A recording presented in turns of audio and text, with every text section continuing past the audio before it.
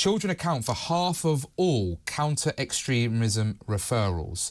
Shocking figures released today reveal, and I think this is actually a Talk exclusive, which is even better, that nearly 300 children under the age of 10 were referred to the anti-radicalisation scheme known as PREVENT, with 14 put on tailor-made counter-support programmes. In the year ending March 2024, 6,922 referrals were made to the agency, of which 53%, that's 3,621, were children aged 17 or under.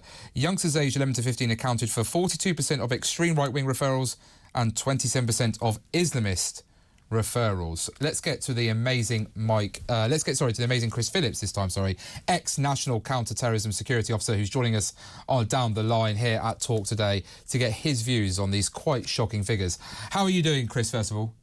Very good, thank you. And I know Mike very well. We worked together for a number of years. Yeah, I mean, these are scary numbers that we're seeing, but I think they are very much a tip of a very large iceberg that we're not seeing. Why is it you think we're seeing so many youngsters be radicalised? There'll be people claiming that social media, for example, is a lot easier to spread sort of hatred messaging or be infiltrated by extremists. We've certainly seen grooming take place when it comes to ISIS in the past. The Shamima Begum case, for example, where she has alleged that it was all done online before she fled to join ISIS. We've obviously seen people such as Tom Robinson be derided as someone who is pushing extremism and radicalising people onto the far right. And obviously we've got Islamist hate as well from groups that have now been prescribed, such as His But to Hear, that use social media as well to push their extremist misconversion of what Islam is actually all about. Is it social media's fault purely, or is it that actually there's conversations that we should be having in society but we're dodging all in the sake of taking a knee to the woke culture?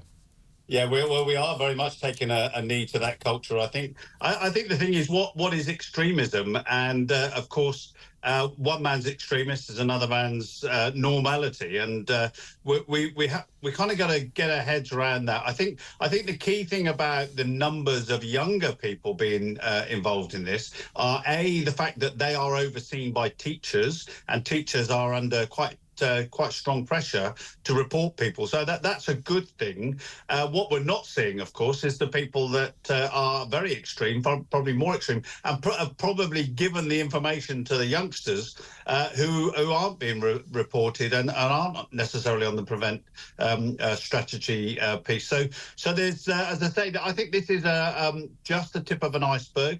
I think the percentages are high on children because of that, because of teachers reporting, and I think we've got a lot of work to do over the coming years to change these figures around. Well, because look, for me, there's people like Andrew Tate, for example, who I think are rightly deemed extremists. Essentially, let's be quite frank, in my opinion, what they're doing is trying to take advantage of people in order to give money over hand and fist for all their side ventures that they do. But the problem is that because we've derided this idea of what masculinity is, and the idea that somehow if you talk about masculinity in a certain way, that somehow you must be a threat to women or someone who is a misogynist, which is completely abhorrently wrong. By allowing that to happen, what you do is you take normal, sensible people who have normal, sensible views, push them to the extreme wings of either end of the spectrum, because ultimately they're made to feel that somehow they are lesser than, or indeed not even valued by the overwhelming majority of any country. And I think that has happened in that particular debate. And again, the same when it's come to some of the things that have gone on in recent times regarding Islamism, for example. Islam is a peaceful religion, but there are, of course, extremists in that faith who are trying to push and using, for example, the Palestine marches as an excuse to push their extremist ideology. And people who want to present an alternative to that are somehow being made out to be pro-genocide or extremist in their views for not wanting those marches to take place. Do you think that there's actually just a real lack of willingness from parents and society to have, let's be quite frank, uncomfortable maybe, but needed conversations, so that we can actually say that if a man wants to be a man in a traditional sense, there's nothing wrong with that, as long as they always show respect, follow the rule of law, and obviously understand that, you know, women have an equal right to have a go at the same things that they want to, for example. Yeah, I think we are turning normal people into extremists in some respect, because what are normal views suddenly become against the fashion, out of fashion, and then suddenly fashions change, etc. I think that the worrying thing about this piece particularly is the fact that so many kids are getting their information from the internet, and that's completely uncontrolled space, quite frankly. Yeah. But you know, as I say, to some extent, it's good news that people have been reported to the Prevent strategy. But listen, 6,700 people being reported to a strategy that says people are extreme is really quite scary, particularly as we know that that is only going to be a very small proportion of those that are actually extreme, and I mean properly extreme. Those people that think we should be living in a world of extreme Islam. You know, those people are out there and they're in our society, and we have to do lots about it without getting tangled up in the Greg Wallaces of this world, the, you know, absolute trivia, which is being reported so hugely and yet is actually on the, you know, not even shown as illegal at the moment.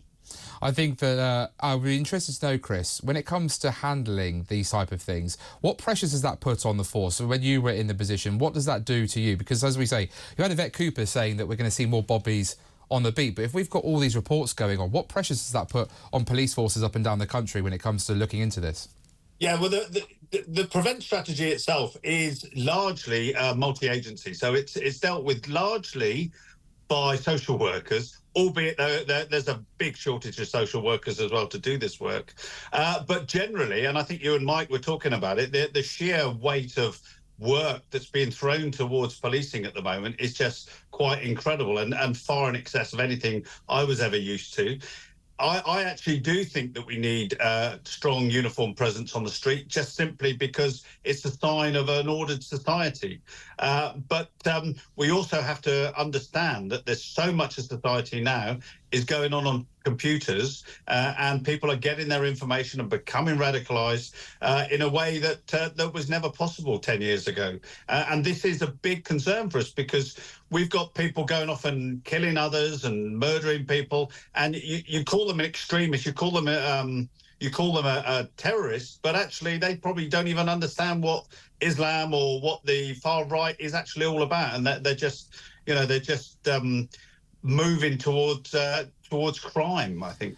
I agree. Look, my fear with all this is that if we're not careful and have these uncomfortable conversations about different topics, if we're too busy so worrying about saying the right thing perfectly rather than actually focusing on what the issue is in society, then what we do is we do push people more and more to the extreme edge. And I look at something like Stoke-on-Trent, where we very sadly have the vile far right who operate in our city, who used to have, let's not forget, 9 BNP councillors. We've also got Hizb ut-Tahrir, who are trying to prey on vulnerable young boys in order to push their extremist ideology and Islamist agenda, which is completely abhorrent. And I think Stoke is somewhere which is very much a tinderbox if we don't get this right, which is why it's so important that governments continue that additional Prevent funding for local councils and the police force in order to undertake that all-important work. And sadly, under the last Conservative government, funding that was due to come to Stoke-on-Trent was indeed going to be cut and has been kept cut by the current Labour government, despite actually Stoke having one of the best records of the local authority and the police in terms of intervening early and de-radicalising, as a basic local example of how important this topic is. But Chris, very quickly before we go,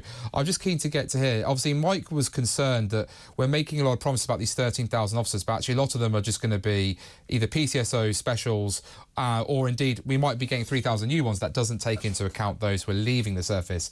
Do you think there's a risk? Do you think the target is achievable? Do you think that it's something that's positive? Or do you worry that we're setting, as politicians, unrealistic expectations and therefore will undermine trust in our police force? Well, it's just not a real target. Let's be quite honest. The police have been decimated.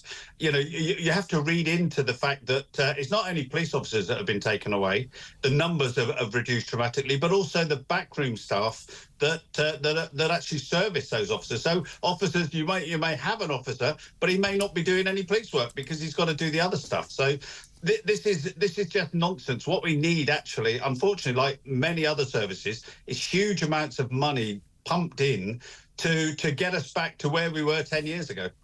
Well, look, thank you so much, Chris, for joining us today. Chris Phillips there, ex-National Counter-Terrorism Security Officer.